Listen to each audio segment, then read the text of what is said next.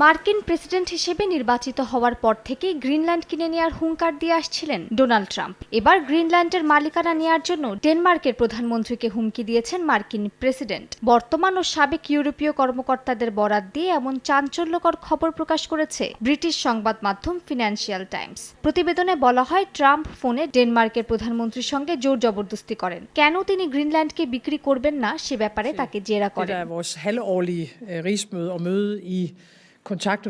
গ্রিনল্যান্ডের মালিকানার ইচ্ছা ছাড়াও ক্ষমতায় বসেই বেশ কিছু কঠোর সিদ্ধান্ত নিয়েছেন ট্রাম্প। এর মধ্যে বিশ্ব স্বাস্থ্য সংস্থার সদস্যপদ প্রত্যাহার করে নেন তিনি। তবে শনিবার লাস ভেগাসে এক র্যালিতে পুনরায় ডব্লিউএইচওতে যোগ দেওয়ার সম্ভাবনার কথা জানান তিনি। এ সময় তিনি জানান, এই সংস্থায় ৩২ কোটি জনগণের দেশ যুক্তরাষ্ট্র $50 কোটি অনুদান দিচ্ছে, আর ১৪০ কোটি জনগণের দেশ চীন মাত্র $3.90 কোটি অনুদান দিচ্ছে।